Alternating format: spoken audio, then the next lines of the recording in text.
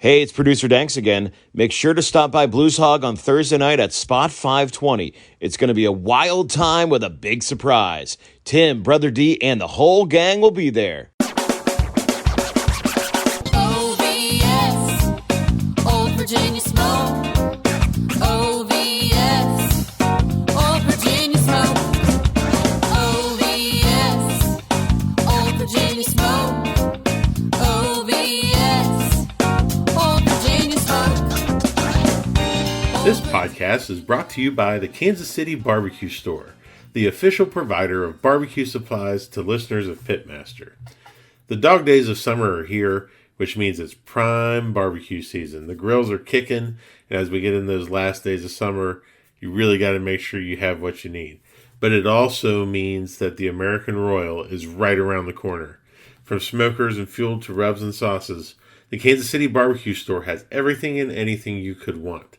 Make the Kansas City Barbecue Store your one-stop shop for everything that you need for the American Royal. I know that I will. This year at the American Royal, we'll be doing our first live Pitmaster podcast broadcast from Kansas Speedway with the great folks at the Kansas City Barbecue Store. We hope to have a lot of teams come by and say hi, and we think it's going to be a lot of fun. So as a listener of the Old Virginia Smoke Pitmaster podcast, you can get 10% off of your order this American Royal season by using the code PITPOD, PITPOD, and for online orders at www.thekansascitybarbecuestore.com. Luke Darnell here, host of Pitmaster and Old Virginia Smoke podcast, and I'm with my friend Rod Gray, president of KCBS. How you doing, bud? I'm living the dream, Luke. Or That's CEO, all I I'm can say. sorry. I said it wrong. CEO. I don't like the title. I already told you that. It's fun. You don't say it. So it's a big week for us, huh? It's next week is a big week for us. A very big week for us. Absolutely.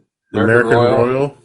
All my buds come to town, plus another 500 teams. The Royals back this year. I mean, really back. 535 teams. They're sold out. That's incredible. It is incredible. I don't know what did it this year, but more power to them. It's that's the way it used to be in the West Bottom. It was sold out at around 545 teams. So that'll be great to see and great to be a part of. It will. I begin my journey on Sunday evening, so I'm very excited.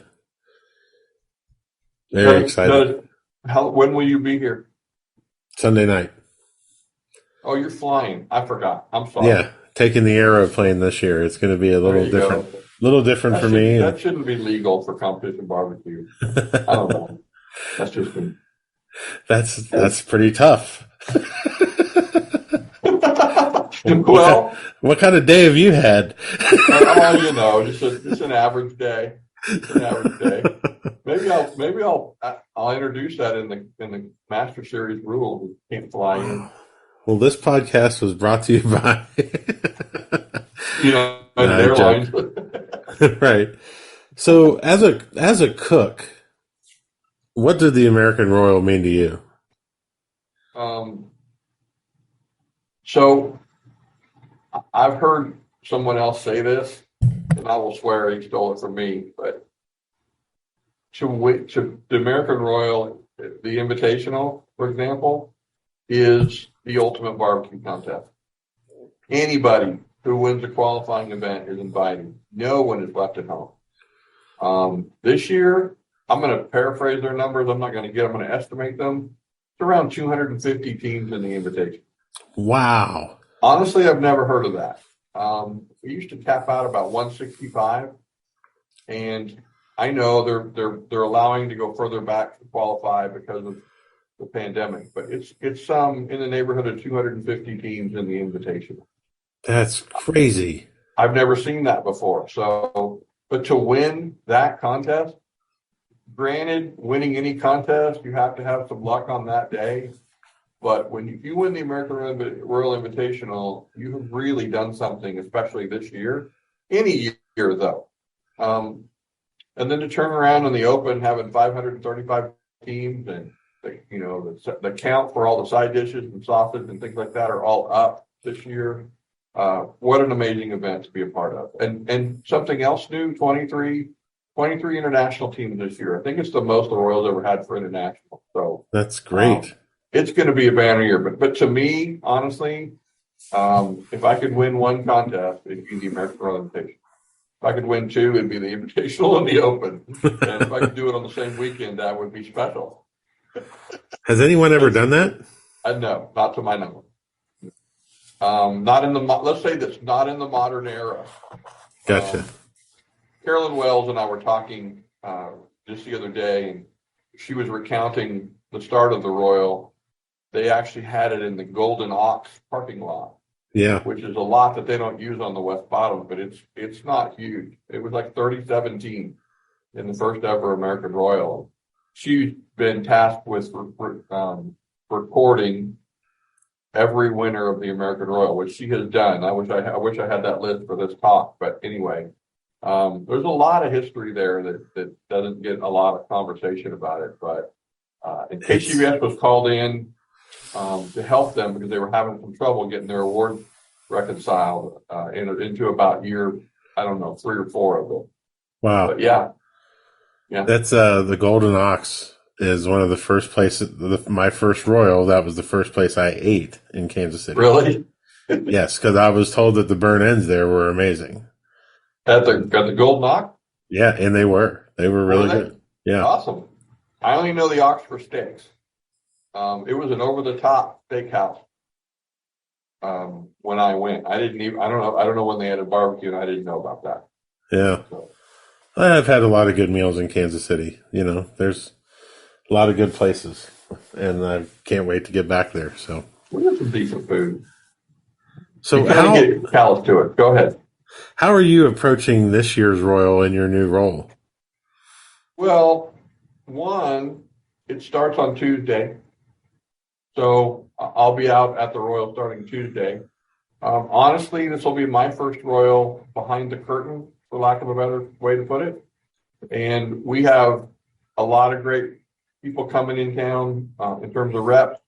The entire staff here at KCBS will be out there on the grounds the entire time. I know it's going to be a lot of work. I know it's going to be long days. But I know it's going to be a lot of fun, and I know we're going to get it right. Absolutely. We always do get it right. So it's going to be great. I'm looking forward to it. This podcast is brought to you by BarbecueData.com. BarbecueData.com is your one-stop shop for all of your barbecue competition data. Historical data, calls, wins, placements, everything under one roof. It's a great way not only to track yourself in the standings, but also to track how you improve your scores from year to year. Listeners of this podcast can receive 20% off of a new subscription to BarbecueData.com with the code PITPOD. That's one word, all capital letters, PITPOD, PITPOD. So check your team scores, check on others, and do it all on BarbecueData.com. Somebody asked me this question about you being at the Royal this year, and I've held on to this for 2 weeks. We talk pretty regularly, and I've held on to this for 2 weeks because I wanted to ask you during the podcast. You're shaking your head because I know you're about to be. I'm thinking, here it comes. Do you plan on visiting every site? No. No. No, I won't visit every site. No. I was very careful. You know, I've been with KCBS. This is the end of my 6th week. And, you know, when I got the job, a friend of mine said, "Oh, you're going to have a golf at the Royal." Yeah. And I'm like, I don't know anything about that. I don't think I'll have a golf cart at the Royal. I could probably borrow the one of the reps, but I think I need to leave that for them to conduct business with. So, and I'm pretty sure I won't hit every site. I'll do my best to get around. I've gotten tons of invitations to attend functions, and I've got some things to do officially out there. But no, not this year. I won't hit every site. It was a funny question when it was posed to me because I was like, that's some shit that I would do, but I don't. But I would hate it. I'm not. Here's the thing. I am into the details, and that would be a very interesting thing to try to accomplish. But I think it would take too much time away from the things that I need to do to be helpful to the whole team that's pulling this off. Absolutely. So maybe year 2 I can do that. Maybe well, I can try to get to every single team. I have tried this year to be a mentor to 4 or 5 teams that are coming out for the first time and really explain to them the things they got to go to, the places they got to go to in Kansas City. And I know that the East Coast contingent this year is very excited about going. There's people that have won their first contest since the cutoff that are just waiting for next year already. So because it's a trip to get out there. It is. Yeah, if you're not from around here, you're right. But it's a pilgrimage that I've told every team when they win their first one. I'm like, you 100% need to sign up for the American Royal. Mm-hmm. And I don't care if you have to not go to 3 other contests, but every barbecue cook should go and experience it. And that's my true belief of it. Oh, I'm 100% with you. I know most people, if they get chosen, will pick the Jack over the Royal, and I actually get why they do that. The thing about the Jack is there's some scheduled stuff that you feel is a need to attend. The Royal is a little more, you have to pick your own path, kind of a way. It's a choose your own adventure. Yeah, it is. And at the Jack, they kind of have it set for you, and you just hand you an itinerary and away you go. But at the Royal, you can venture out and get into trouble, or you can stay close to home and hopefully stay out of trouble. It's all completely up to you. But you can there's stay plenty close to to do, plenty to see, Yeah. and it's like a huge family reunion of a dysfunctional family. and you can stay home and get in trouble. Yeah, you can. No, that's true too. Yeah, especially if you have the right neighbors. That's absolutely true. That's why I get there on Wednesday, so I can get that all out of my system when it's time to get down to it. That's a smart plan. Yes. Do you have any advice that you would give to a first-time Royal cook? So unfortunately, when you say that, I instantly shift into cook mode. So it comes from the cook perspective, but I would absolutely get the lay of the land. I would absolutely time that walk to turn in. It's no different than any other American Royal. Turn in can be a ways away. And I'm not saying you can't do it by yourself, but it would really be tough to cook the Royal by yourself. So you have to have somebody for turn in, and you have to know how long that walk is. You can't get DQ'd. If you get that down, the rest of it's just like cooking a barbecue contest. But getting there to turn in from wherever you're at, that's got to be the most important thing. Absolutely. I've never had less than 4 people, including myself, there. This year we have 5. And it's funny how the roles have developed, 2 people to take the boxes. We have 2 people to take it just in case there's any issue or we need to get people out of the way or need a blocker. Yeah, absolutely. Absolutely. And then we have 2 people staying back with me. Rick and Liz Hamilton, who I believe Ham Bones by the Fire. To fan you and feed you grapes between? No, it's not that. Leanne and Kim call Rick the Luke Whisperer. He talks me off the ledge. So okay. Yeah, it's and it's actually funny because Liz does the same to me, and she's my Wordle buddy in the morning. So it's it's just going to be a lot of fun, and I think that's my message to everybody was, this is your first Royal, and I want you to cook well and everything, but I also want you to take it all in and enjoy it, because it really is the biggest spectacle in barbecue. And really, really just take it all in and make sure that if you don't get a call, that you still leave extremely happy and glad that you went. Yep. Yeah. And you know what, Luke, I completely tune out the environment, but it's pretty cool to be on the infield of the Kansas Speedway for it. And once you've done it enough times, you get callous to it. All you're thinking about is getting in your spot, getting set up, making sure everything goes off right, making sure you get things turned in, hope for the best. But take a look around while you're there, because it's a really cool place too. Absolutely. Well, thank you for being the cleanup hitter in my run of podcasts during Royal Week. I'm happy to do it.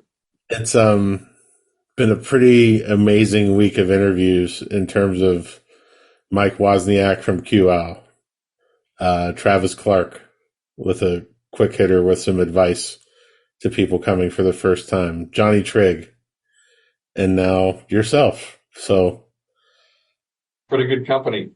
pretty. This has always been a dream of mine, and this is me being selfish now on my own podcast, but it's my own podcast, so everyone can do whatever. But I spent a lot of time this week cataloging stories from two of the all-time greats in terms of Mike and Johnny.